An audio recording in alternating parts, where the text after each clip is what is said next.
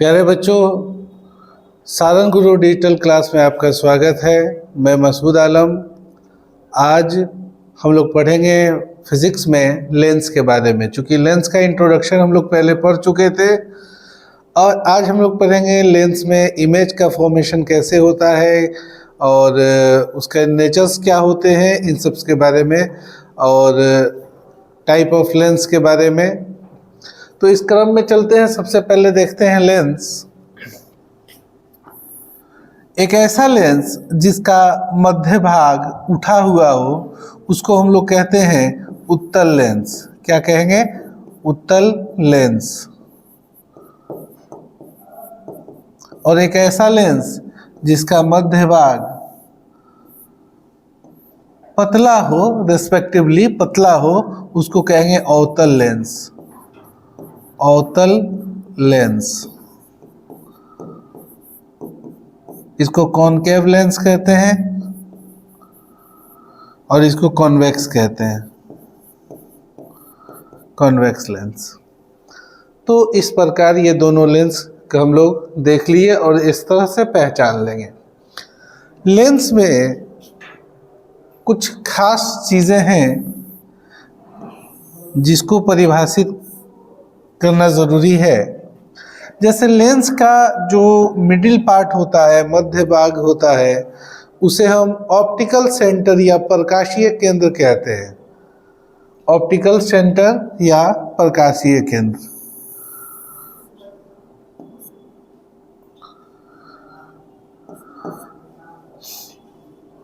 Lens का जो curve है उसका जो सेंटर होगा उसको सेंटर ऑफ कर्वेचर कहेंगे। क्योंकि इसमें दो सरफेस जो है दोनों कर्व है, इसलिए इसके दो सेंटर ऑफ कर्वेचर होंगे। एक को सी और एक को सी डैश से या C1 से डिनोट किया जाता है। और दोनों सी को मिलाने वाली जो लाइन होगी इसको मुख्य अक्ष कहते हैं। मुख्य अक्ष। बच्चों, ये सारे चीज लगभग हम लोग पढ़ चुके हैं पहले दर्पण में। इस मुख्य अक्ष के समांतर आने वाली प्रकाश की किरण जब लेंस से अपवर्तित होगी, चूंकि अब ये लौट के तो जाने वाली है नहीं, लेंस एक पारदर्शी पदार्थ है, एक पारदर्शी मटेरियल है, तो ये प्रकाश की किरण जो लेंस के एक दिशा से आ रही है वो पूरी तरह इसको पार करेगी। और पार करने के बाद क्या हो गया, पार करते समय वो अपने दिशा में उसके परिवर्तन आएगा, मतलब अपने डायरेक्शन को वो चेंज कर लेगी।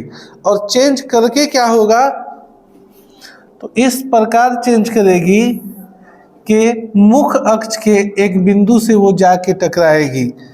ऐसी और भी किरणें जो है उनके साथ भी यही होने वाला है। जितनी भी किरण आएगी मुख्य अक्ष के समांतर, सब की सब अपवर्तन के बाद एक बिंदु से होकर गुजरेगी और इस बिंदु का नाम होगा मुख्य फोकस। तो बच्चों, हम देख सकते हैं मुख्य फोकस क्या होता है। प्रकाश की किरण, प्रकाश की वो सारी किरण जो मुख्य अक्ष के समांतर है, लेंस से अपवर्तन के बाद एक बिंदु पे टकराती है और इसको हम क्या कहेंगे? इसको कहेंगे मुख्य फोकस। इसको हम एक और बार देखते हैं।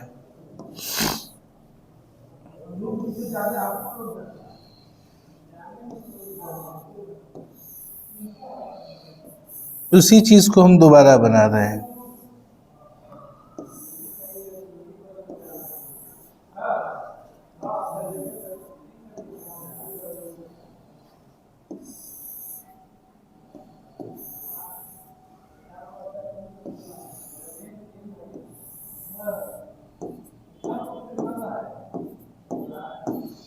और इसी क्रम में मुख्य अक्ष पे भी अगर कोई लाइन आ जाती है, कोई रे आ जाती है, मुख्य अक्ष पे भी कोई रे आती है, तो मुख्य अक्ष पे आने वाली जो रे होगी वो सीधी निकल जाएगी। हम यहाँ पे देखते हैं जो किरण पुंज है वो कैसी है? समांतर। और लेंस से अपवर्तन के जस्ट बाद ये कैसी पुंज है? तो अभिसारी कन्वर्जेंट। और फिर यहां के बाद जो है वो क्या है? डाइवर्जेंट है। मतलब एक बिंदु से लग रहा है कि बहुत सारी किरणें निकल रही हैं, जिसको हम अपसारी कहेंगे। अपसारी किरण पुंज। हमें 3 तरह का किरण पुंज एक समय में दिखाई दे रहा है। लेंस के इस गुण से अगर हम कोई काम करना चाहें, जैसे अनंत पे रखे हुए ऑब्जेक्ट को, अनंत पे सूर्य है तो सूर्य का हम इमेज चाहें तो यहाँ पे देख सकते हैं। या फिर अगर हम ये चाहते हैं कि प्रकाश की समांतर किरणें कहीं से एकजुट हो जाए, एक बिंदु पे एकत्रित हो जाए, तो हम इस लेंस का उपयोग करके ऐसा कर सकते हैं। और अगर हम एक और फिगर देखें, सेम टू सेम, एकदम सेम टू सेम, लेकिन इस बार क्या होगा?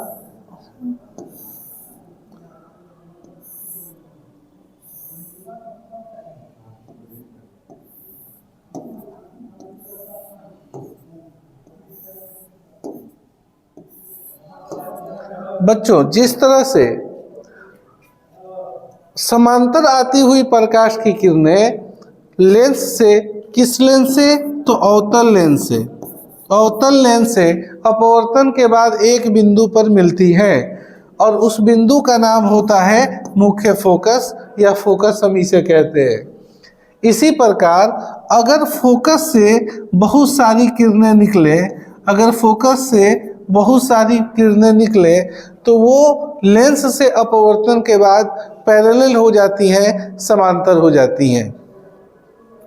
अब इस तरह से हम चाहें तो इसका यूज कुछ कर सकते हैं। जैसे क्या कर सकते हैं? तो हम इसका एक यूज ये कर सकते हैं कि इसको हम इस तरह बना दें।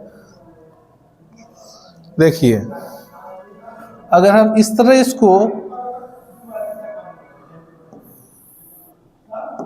टॉर्च में फिट कर देते हैं, टॉर्च में, और हम बल्ब को यहाँ लगा देते हैं, बल्ब को, तो ये बल्ब जलेगा, और जो भी किरणें इधर से जाएंगी वो सब की सब सीधी चली जाएगी। तो अगर हम एक ऐसा टॉर्च बनाते हैं जिसके मुंह पे, जहाँ पे नॉर्मल ग्लास लगा होता है, ट्रांसपेरेंट ग्लास, वहाँ पे अगर हम उत्तल लेंस लगा देते हैं, ये हमने गलत लिख दिया है, ये उत्तल होगा, उत्तल लेंस। कौन सा लेंस? उत्तल लेंस।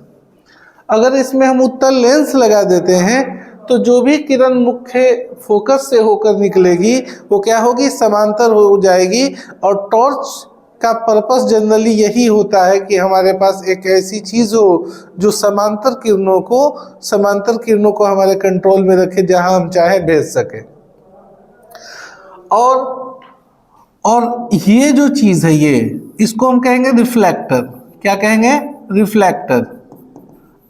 इसमें हम क्या करें? ये अवतल दर्पण लगा दें। क्या लगा दें? अवतल दर्पण। यहाँ क्या लगाएंगे? अवतल दर्पण लगा देंगे, है ना। तो जब यहाँ अवतल दर्पण लगाएंगे तो इससे भी जो किरण टकरा कर जाएगी वो क्या होगी? पैरेलल हो जाएगी। ठीक है। अब देखिए, अब हम चलते हैं इमेज फॉर्मेशन पे।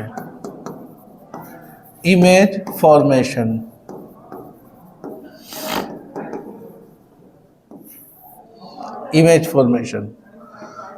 मेरा टॉपिक है उत्तल दर्पण, उत्तल लेंस में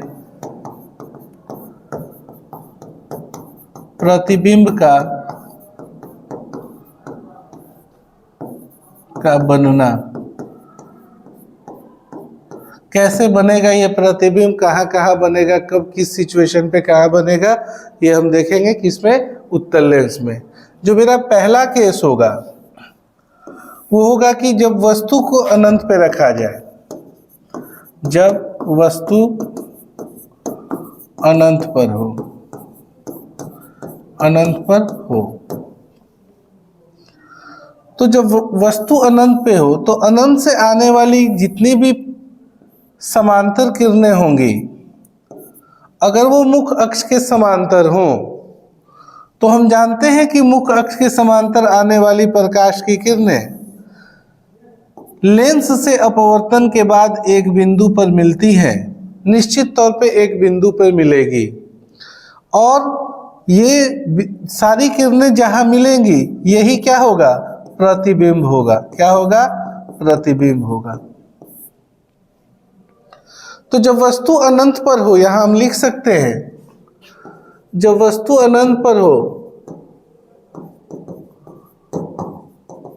अनंत पर हो, तो उसका प्रतिबिंब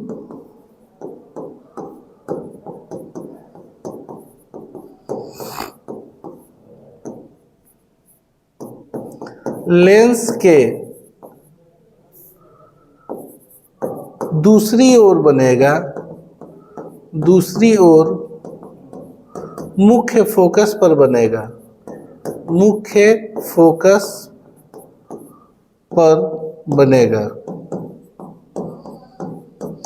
अब इसका नेचर क्या होगा? तो लिखेंगे जो वास्तविक उल्टा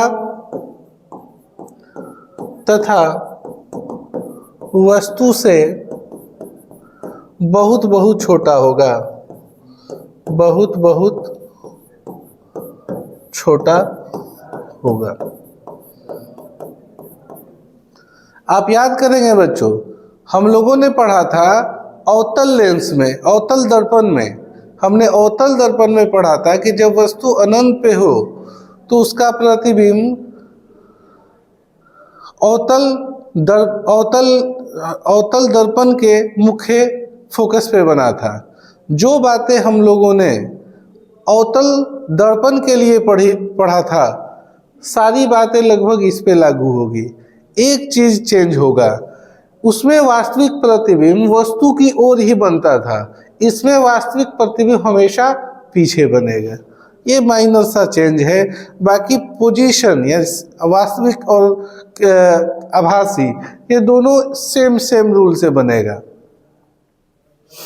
दूसरा, जब वस्तु अनंत तथा 2f के बीच हो,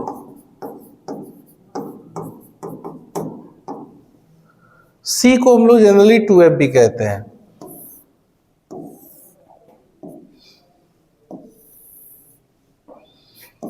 टू एफ एफ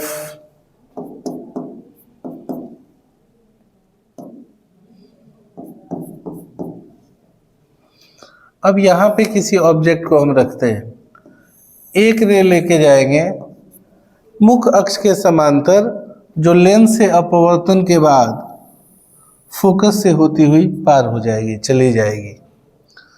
दूसरी रे को सीधा भेजेंगे प्रकाशीय केंद्र से, ऑप्टिकल सेंटर से,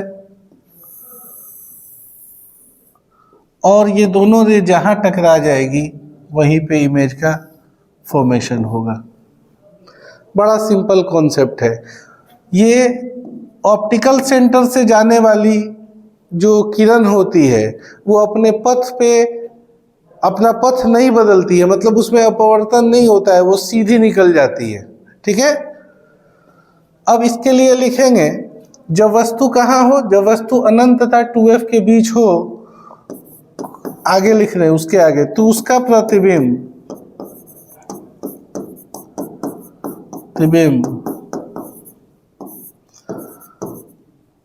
दर्पण नहीं, लेंस के दूसरी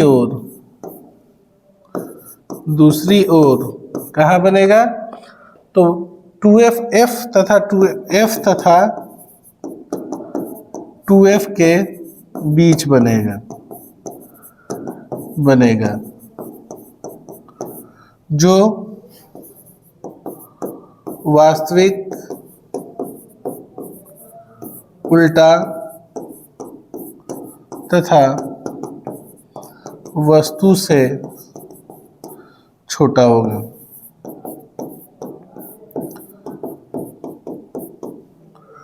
बच्चों, ये जो टॉपिक अभी चल रहा है अवतल लेंस, उत्तल लेंस या फिर गोलीय लेंस से अपवर्तन, चूंकि लेंस के बारे में हम जो कुछ भी पढ़ रहे हैं तो ये मैक्सिमम कनेक्टेड है दर्पण में, और दर्पण में हम लोग अच्छा खासा समय बिता चुके हैं, इसलिए हम इसको थोड़ा सा स्पीड चला रहे हैं। ओके, तो ये 2 केस हो गया। तीसरा केस देखते हैं। जब वस्तु 2f पर हो तो इस बार वस्तु 2f पे है, इमेज बनाने का वही तरीका होगा हमारा। ये f, ये है 2f, f 2f, object 2f पे इमेज बनाने का वही तरीका। एक रे सीधी जाएगी पैरेलल किसके, प्रिंसिपल एक्सिस के, और फोकस से होती हुई निकल जाएगी। दूसरी ऑप्टिकल सेंटर से होती हुई जाएगी और टकरा जाएगी किससे, इमेज कहाँ बना, 2f पे, है ना। तो जब वस्तु 2f पर हो तो उसका प्रतिबिंब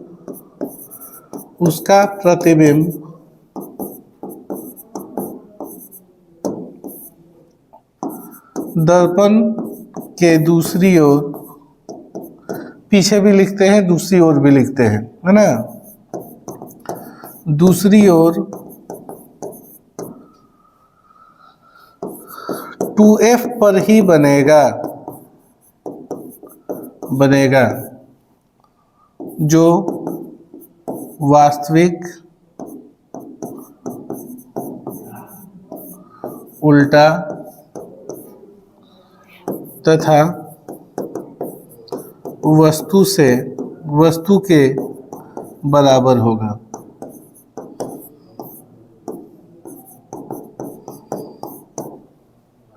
इस बार क्या हुआ, 2f पे रखा गया ऑब्जेक्ट को, इमेज भी 2f पे बना।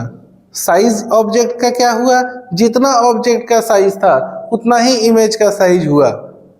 ओके, हाँ, ऑब्जेक्ट सीधा, इमेज उल्टा। ऑब्जेक्ट जैसे भी रखें उसको सीधा ही माना जाएगा क्योंकि हमको उससे कंपेयर करना है।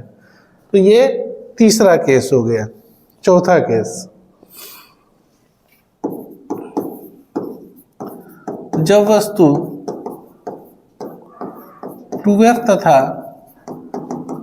f के बीच हो तो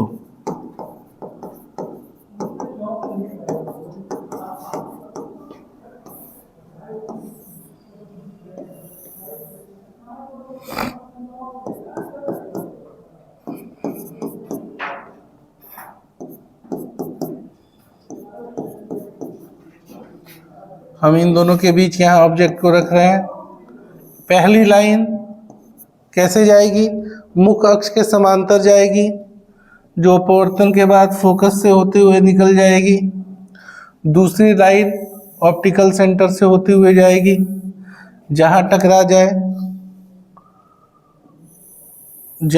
जाए वहाँ पे इमेज बनेगा, जहाँ टकरा जाए वहाँ पे इमेज बनेगा। इमेज कहाँ बना, इधर 2f है और इधर क्या है, कुछ नहीं मतलब इनफाइनाइट। 2f और इनफाइनाइट के बीच बनेगा, है ना। तो इसके लिए क्या लिखेंगे, जब वस्तु 2f तथा f के बीच हो तो उसका प्रतिबिंब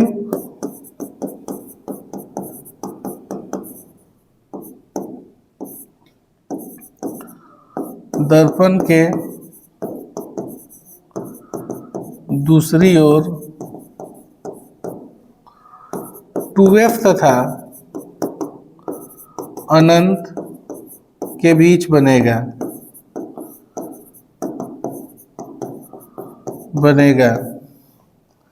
जो वास्तविक उल्टा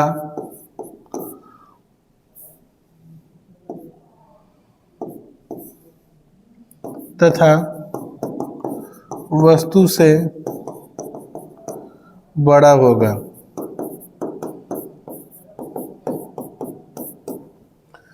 इस बार वस्तु से बड़ा इमेज बना है, वास्तविक बना है। चूंकि वास्तविक बनेगा तो उल्टा भी बनेगा, तो ये तो याद करने की जरूरत ही नहीं है। ओके, नेक्स्ट कितना नंबर था? 4 नंबर, 5वां। जब वस्तु F पर हो तो,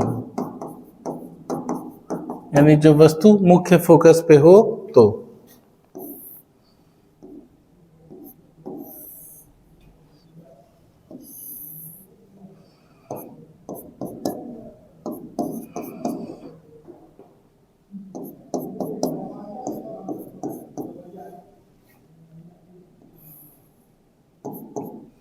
पहली लाइन पैरेलल जाएगी और अपवर्तन के बाद सीधी निकल जाएगी किससे?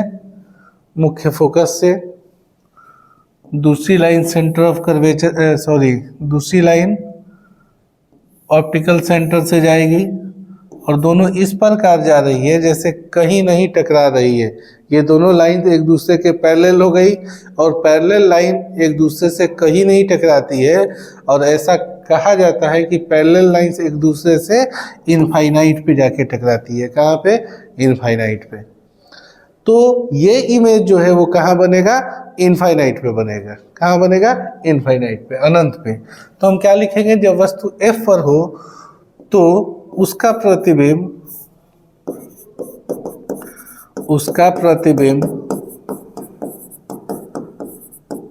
दर्पण के दूसरी ओर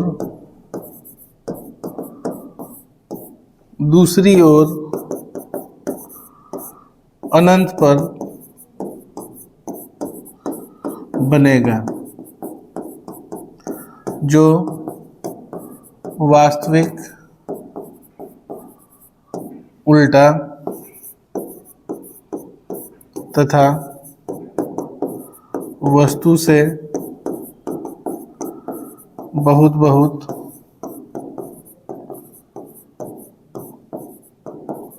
बड़ा होगा। और ये वस्तु से क्या है? बहुत बड़ा है। ओके, तो ये 5 केसेस हम लोग पढ़ चुके। कौन कौन सा केस था? पहला केस था जब वस्तु अनंत पे हो, इमेज कहाँ बना था? फोकस पे। दूसरा केस क्या था? अनंत और 2F के बीच इमेज बना था, F और 2F के बीच। तीसरा केस था 2F पे, इमेज बना था 2F पे। चौथा केस था 2F और F के बीच इमेज बना था 2F और इनफाइनाइट यानी अनंत के बीच।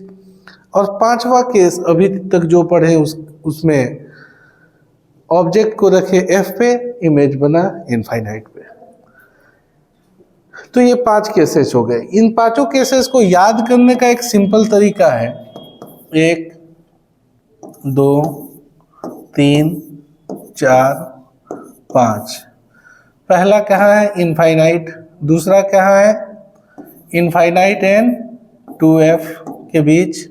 समझ लेना है कि बीच की बात हो रही है। तीसरा केस है 2F। चौथा केस है 2F एंड F के बीच। और 5वां केस है F। यही 5 चीज को उल्टा लिख देना है यहाँ पे।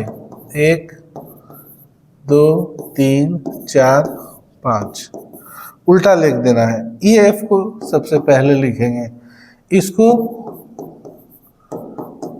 सेकंड में, इसको थर्ड में, इसको फोर्थ में और इसको फिफ्थ में। एकदम ट्रिक है याद करने का।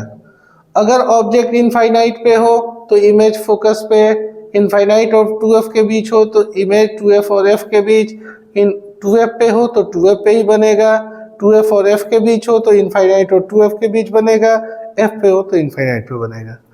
इस तरह से हम चाहे तो 5 केस को आसानी से एक बार में याद कर सकते हैं। अब हम चलते हैं अंतिम 6th में। जब वस्तु मुख्य फोकस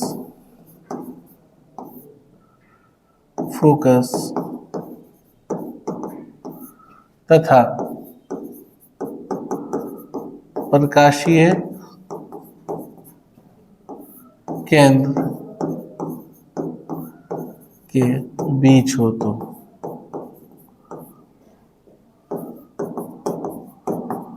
यानी इस बार जो है वो ऑब्जेक्ट जो होगा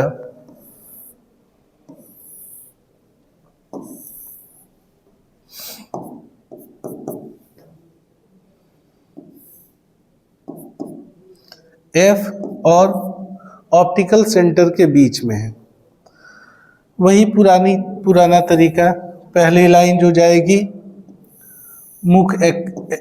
मुख अक्ष के समांतर, वो दर्पण से टकराने के बाद लेंस से अपवर्तन के बाद वो मुख्य फोकस से होकर निकल जाएगी। दूसरी किरण जो ऑप्टिकल सेंटर से जाएगी वो सीधी निकल जाएगी।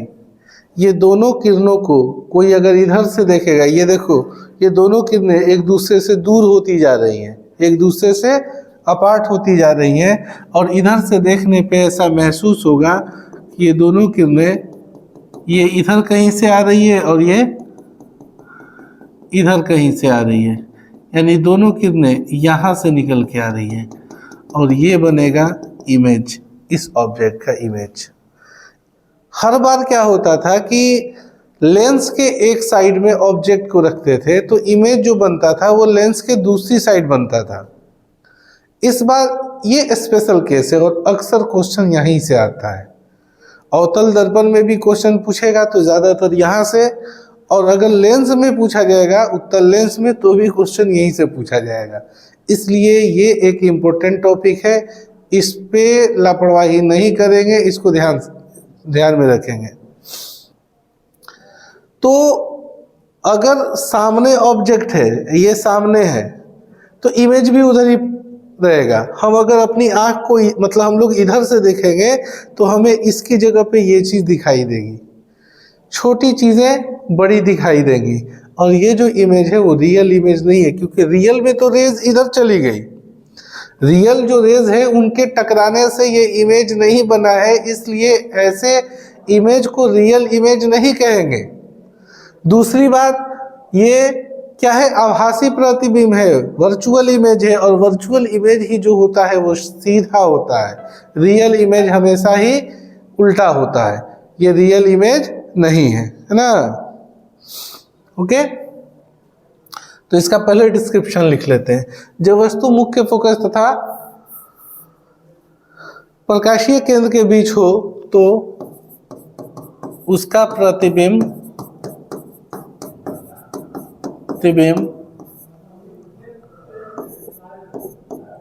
वस्तु की ओर, मतलब जिधर वस्तु है उधर ही और बनता है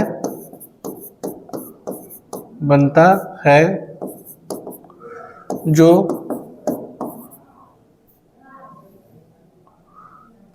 आभासी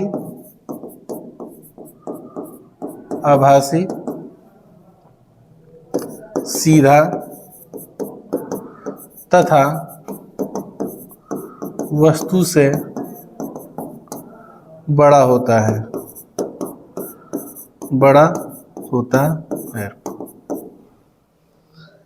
ये सीधा है, वस्तु से बड़ा है, और ये काल्पनिक है, आभासी है। तो इस तरह से हम लोग छह कंडीशंस जो हम लोग देख रहे थे, इमेज फॉर्मेशन से संबंधित 6 कंडीशन हम लोग क्लियर कर लिए। अच्छा, इससे एक बेनिफिट होगा, हम छोटी चीज़ों को बड़ा देख सकते हैं। तो यदि बहुत ही छोटी चीज़ों को हमें बड़ा देखना हो, जैसे कागज़ पे कुछ ऐसा लिखा हो कि हम पढ़ नहीं पा रहे हैं, क्यों नहीं पढ़ पा रहे हैं, ब्लर है इसलिए नहीं, बहुत छोटा लिखा है इसलिए, ठीक है। तो हम क्या करेंगे, ऐसा लेंस लेंगे। आप देखे होंगे जो पामिस्ट होते हैं, जो हस्त रेखा पढ़ने वाले जो लोग होते हैं, उन लोगों को हाथ की जो महीन रेखाओं को देखना होता है, वो इसी तरह का एक लेंस रखते हैं और इस तरह से देखते हैं। वो कौन सा लेंस होता है? तो आंसर है वो होता है उत्तल लेंस। तो उत्तल लेंस का इस तरह से हमको उपयोग भी समझ में आ रहा है कि उत्तल लेंस का हम उपयोग कहाँ करेंगे। तो इस केस के लिए हम ऐसे हर जगह पे कर लेंगे जहाँ पे हमें कोई छोटी चीज़ को बड़ा करके देखना है। सिंपल माइक्रोस्कोप, सरल सूक्ष्मदर्शी में भी करेंगे इसे। ओके, तो इस वीडियो में हम इतना ही रहने देते हैं और अवतल लेंस से बने हुए प्रतिबिंब के बारे में हम देखेंगे नेक्स्ट वीडियो में। धन्यवाद।